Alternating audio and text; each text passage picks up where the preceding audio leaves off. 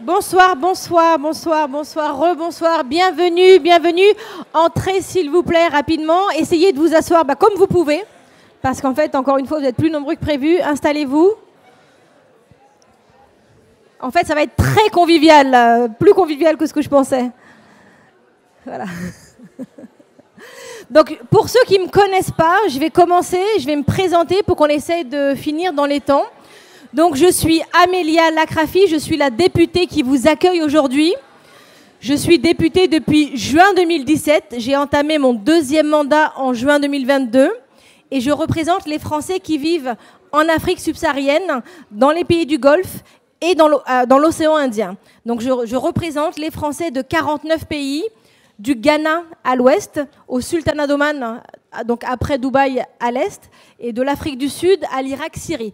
Donc c'est une belle communauté de 150 000 Français dans 49 pays qui votent dans les consulats et les lycées français pour leurs députés et le président de la République. Donc je suis une députée macroniste depuis 2017 et j'ai eu la chance d'être avant vous entrepreneur. Moi j'ai commencé, j'ai 46 ans. J'ai une fille de 24 ans et j'ai créé ma première boîte à 33 ans. Donc une entreprise qui accompagnait les entreprises qui cherchent du financement, de l'innovation, de la recherche, autant privée que publique. Et j'ai accompagné aussi pour les dépôts de brevets. Donc l'innovation, c'est un secteur que j'adore, qui m'anime. Et j'ai créé une deuxième entreprise en 2014, une entreprise de cybersécurité. Pourquoi ? Quand on innove, quand on dépose des brevets, il faut être innovant. Il faut que la recherche reste privée. Et j'ai commencé à me demander... OK, comment j'accompagne les gens à garder la recherche privée ? Parce que si on vous pique votre recherche et qu'on la publie, ça devient de la recherche publique. Et la recherche publique n'est ni brevetable, ni finançable par les fonds publics. Donc la deuxième entreprise, c'est une entreprise de cybersécurité. Et j'ai accompagné beaucoup d'entrepreneurs pour sécuriser leurs innovations. Tout ça pour vous dire que l'entrepreneuriat me fait vraiment vibrer. Et quand j'ai rencontré ces jeunes demoiselles charmantes de Chios, j'ai trouvé extraordinaire leur idée des étudiantes qui aident des entrepreneurs étudiantes. Donc le premier incubateur 100% en ligne pour étudiantes. J'ai trouvé ça formidable et je suis du coup très heureuse de voir qu'il y a aussi des hommes dans la salle.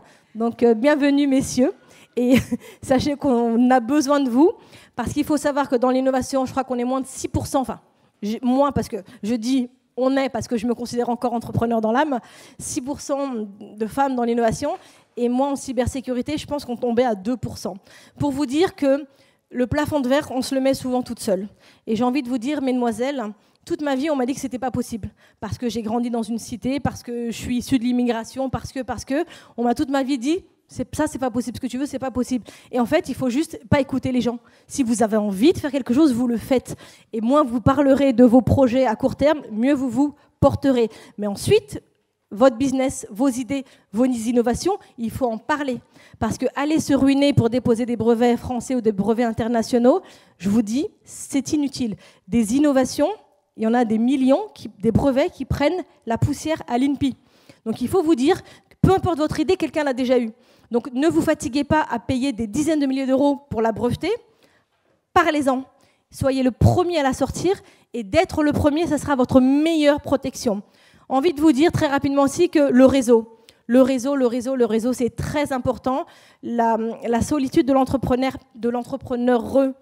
pèse, hommes et femmes, et il faut être accompagné, il faut aller voir les incubateurs, les pôles de compétitivité, nous en avons encore 58 en France, il faut aller voir toutes les structures qui accompagnent les entrepreneurs, ne pas hésiter à intégrer des réseaux, le MEDEF, la CPME, etc. Et ça aide énormément, il ne faut pas du tout sous-estimer la force du réseau. Vous dire que l'entrepreneuriat mène à tout, hein, même à faire la loi et voter le budget du gouvernement. Donc on ne sait jamais si dans ces bancs, des gens peuvent être passionnés un jour par la politique. Et très heureuse d'être ici et défendre en fait les intérêts des entreprises, les intérêts des femmes dans l'entrepreneuriat et faire rayonner notre pays parce qu'à l'étranger, on a des entrepreneurs français absolument incroyables. Et envie de vous dire aussi, appuyez-vous sur eux. Quand on innove, je disais tout le temps à mes clients, quand on innove, il faut exporter, il faut aller vers le commerce extérieur. Et souvent, les entreprises, dans mes clients en tout cas, qui marchaient bien, faisaient soit 50-50 sur leur chiffre d'affaires, soit 80% en commerce extérieur et 20% en France. Et vous dire qu'on vous accompagne, il y a énormément de choses qui peuvent vous accompagner sur l'export. Vous avez Business France, vous avez les chambres de commerce, vous avez énormément de structures. On a la chance d'avoir à l'étranger des conseillers du commerce extérieur de la France. Et appuyez-vous sur eux, appuyez-vous sur les services économiques des ambassades, appuyez-vous sur les députés des Français de l'étranger, on peut répondre à vos questions. Et moi, très régulièrement, je pars dans un des 49 pays de ma circonscription avec des entrepreneurs.